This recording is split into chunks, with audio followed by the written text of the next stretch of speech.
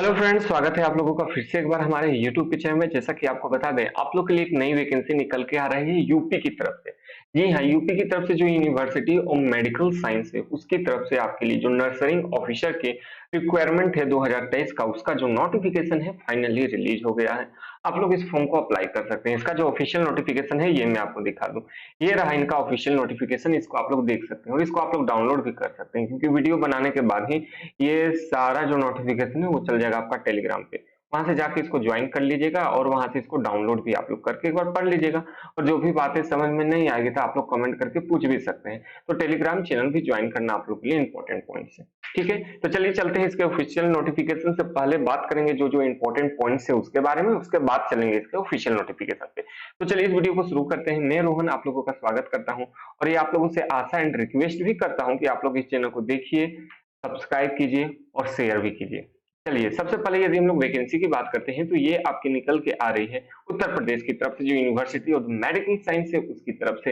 इसके eligibility criteria को यदि आप लोग फुलफिल करते हैं या इस फॉर्म को भरने में आप लोग इंटरेस्टेड हैं तो इस फॉर्म को आप लोग जरूर से जरूर अप्लाई कीजिएगा। चलिए इंपॉर्टेंट डेट्स की बात करते हैं तो 19/5 से यह फॉर्म फिलअप होना स्टार्ट हो चुका है और इसे आप लोग 8/6 तक फॉर्म को अप्लाई कर सकते हैं। एग्जामिनेशन डेट और एडमिट कार्ड जैसे ही आएगा आपको पता चल जाएगा। चलिए, एप्लीकेशन फी आपका यहाँ पे ज्यादा लगने वाला है, इस बात का याद रखिएगा।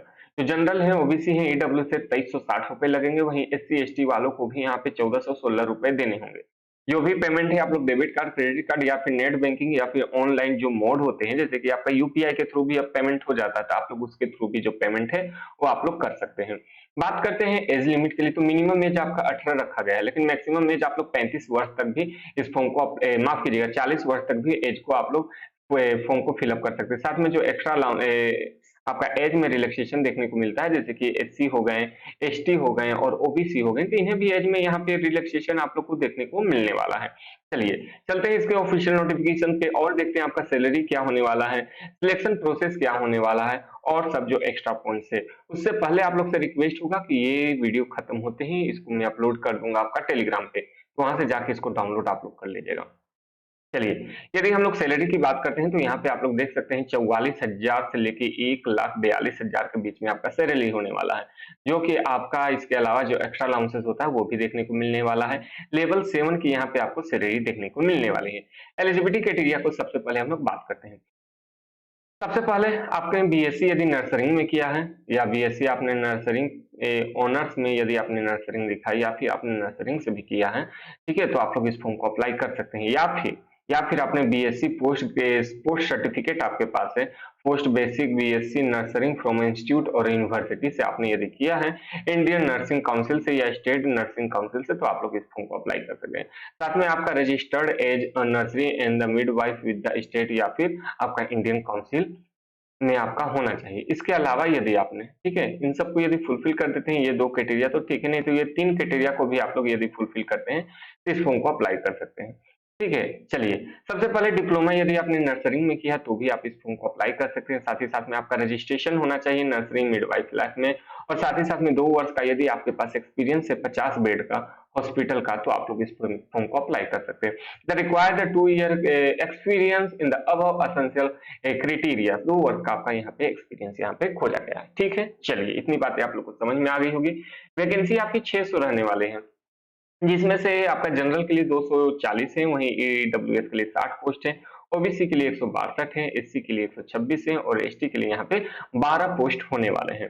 चलिए यदि फी के बारे में बात करते हैं तो जनरल वालों को तो 2000 रुपए लगने वाला है, लेकिन इस पे जीएसटी जब लग जाता है तो 60%, 18% जीएसटी लग जाएगा, तो ये आपका 2360 रुपए हो जाते हैं। उसी तरह आप बात करते हैं एससी एसटी वाला का तो 1200 लगने वाला है, लेकिन इस पे 18% का जीएसटी लगा के 216 रुपए हो जाते हैं, तो 1416 रुपए आपको देना होगा।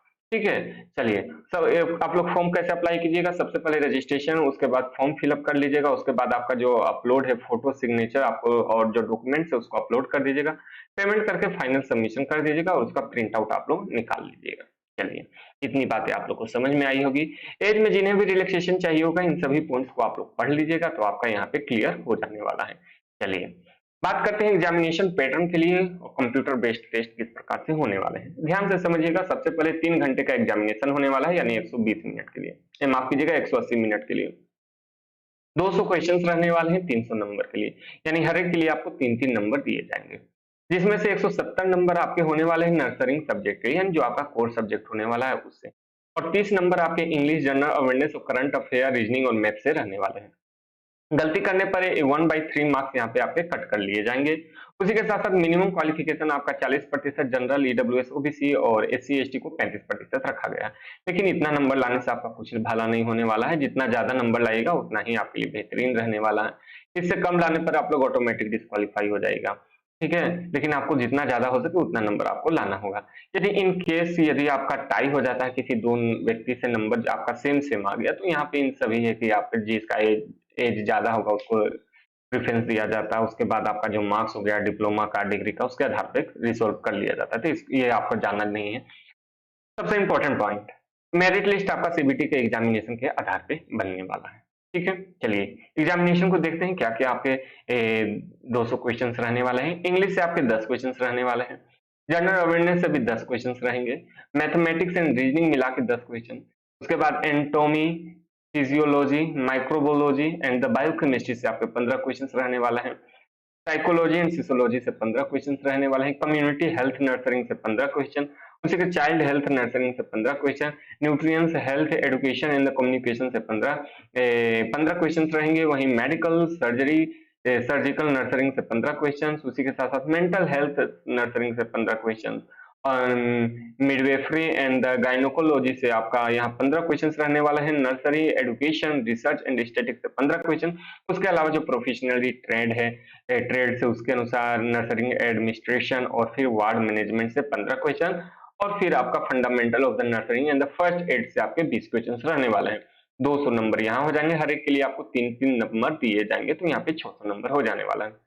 याद रखिएगा, जितना ज्यादा हो सके आपको उतना मार्क्स लेके आना है, तो ही आप सिलेक्शन ले पाइएगा।